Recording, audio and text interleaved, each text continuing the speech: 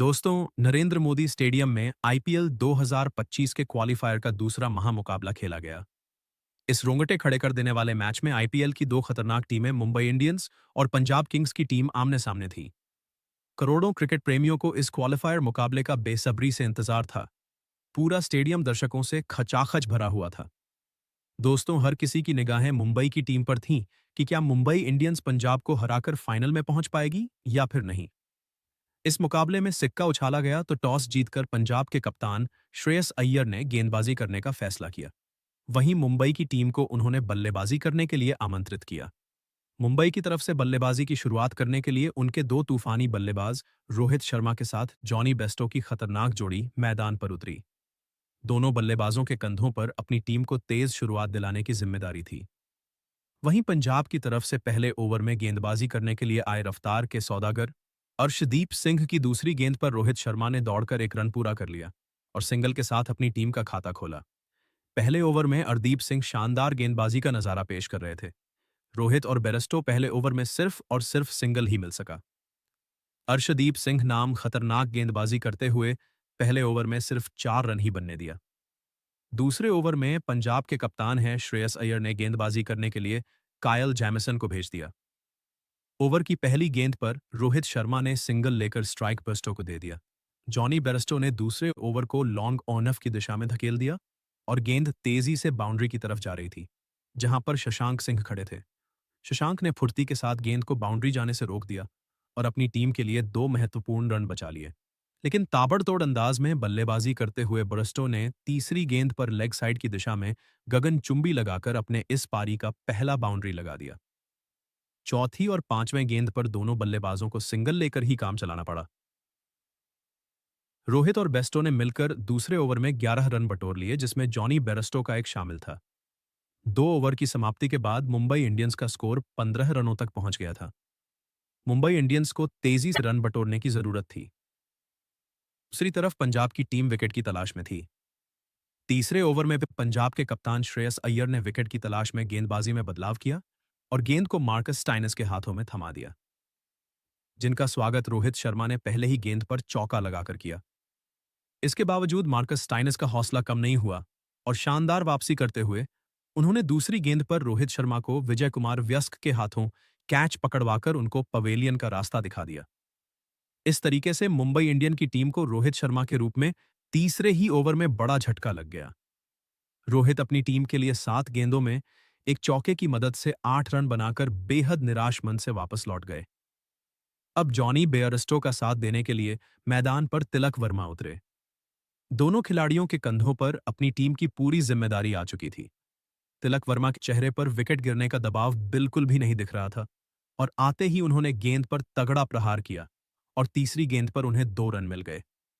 इसके बाद तिलक वर्मा ने ओवर की चौथी गेंद पर औजम्मा स्टंप के ऊपर से सनसनाता हुआ लगाकर अपनी टीम के स्कोर को रॉकेट की रफ्तार से आगे बढ़ाया और अंपायर ने चौथी गेंद को नो बॉल भी करार दे दिया। इसी के साथ तिलक वर्मा को एक एक्स्ट्रा गेंद मिल गया, लेकिन तिलक वर्मा इस फ्री हिट का फायदा नहीं उठा पाए और चौथी गेंद पर उनको सिंगल ही मिल सका। फिर तीसरे ओवर की अंतिम गेंद पर जॉनी बेस्टो ने सिंगल चुरा लिया। मार्कस स्टाइनस ने तीसरे ओवर में 15 रन जरूर खर्च किए, लेकिन रोहित शर्मा के रूप में अपनी टीम को बड़ी कामयाबी दिलाई। 3 ओवर की समाप्ति के बाद मुंबई इंडियंस का स्कोर एक विकेट के नुकसान पर 30 रनों तक पहुंच गया था।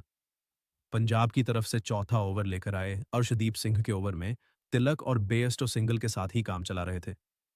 तभी तीसरी गेंद पर बेयस्टो ने लेग साइड के दिशा में खतरनाक चौका झड़कर अपनी टीम के स्कोर को तेजी से आगे बढ़ाया।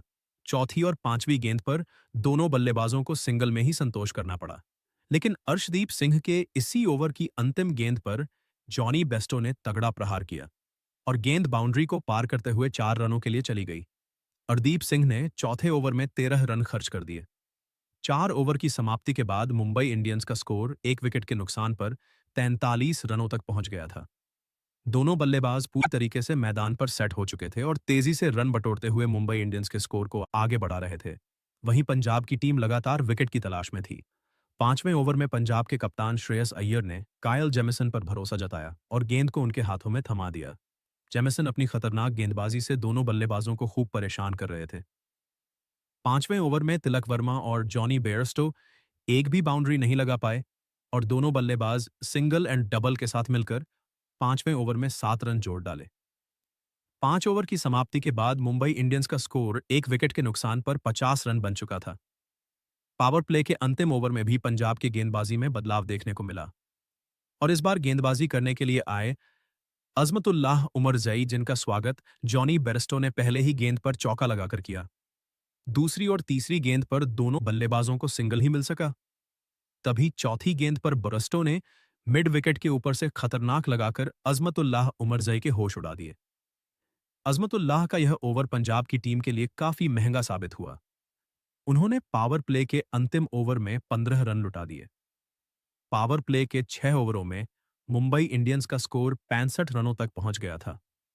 दोनों बल्लेबाज मिलकर पंजाब के हर गेंदबाज की जमकर धुनाई कर रहे थे, जिसको लेकर कप्तान अय्यर काफी परेशान दिखाई दे रहे थे। पावर प्ले की समाप्ति के बाद 7वें ओवर में अय्यर ने बॉलिंग स्पेल में बड़ा बदलाव करते हुए विजय कुमार व्यस्क को गेंदबाजी करने के लिए भेज दिया। विजय की गेंद दोनों बल्लेबाजों को बिल्कुल भी समझ में नहीं आ रही थी और एक एक रन बनाना उनके लिए काफी मुश्किल हो रहा था।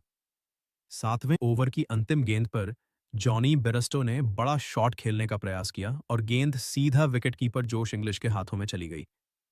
इस तरीके से मुंबई इंडियंस की टीम को 700 रनों के स्कोर पर दूसरा बड़ा झटका लग गया।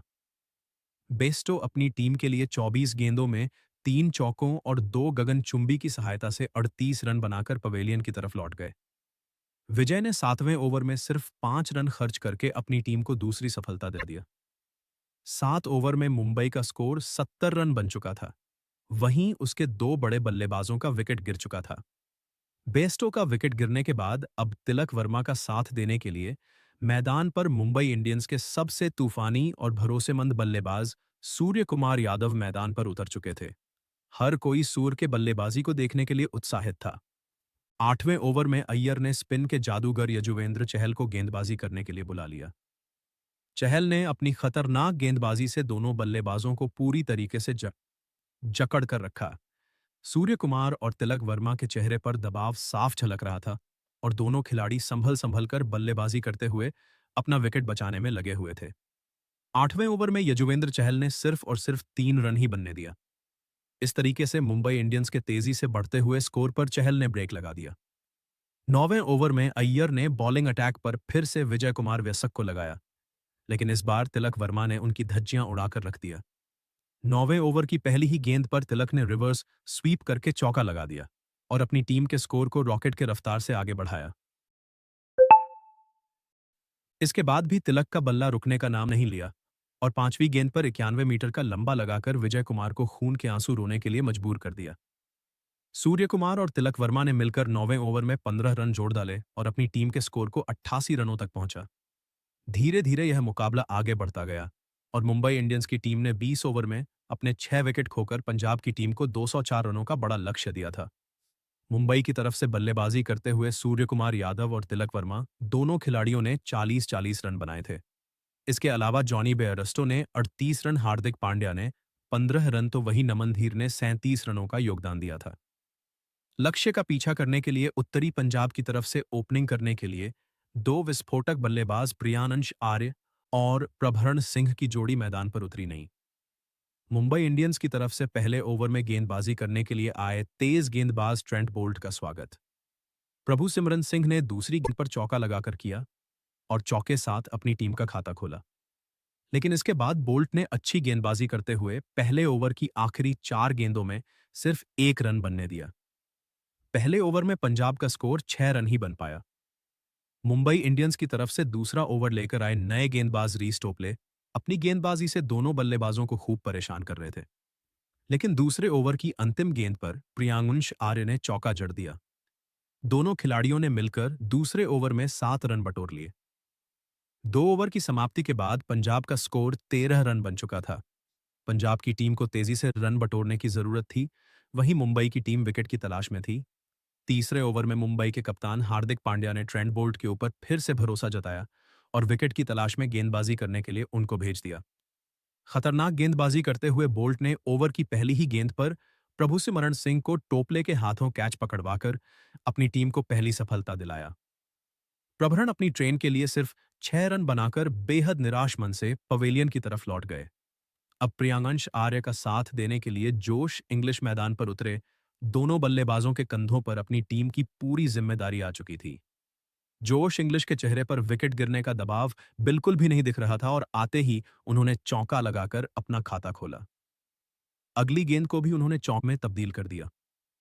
बोल्ट ने तीसरे ओवर में 8 रन खर्च करके पंजाब की टीम को पहला झटका दे दिया।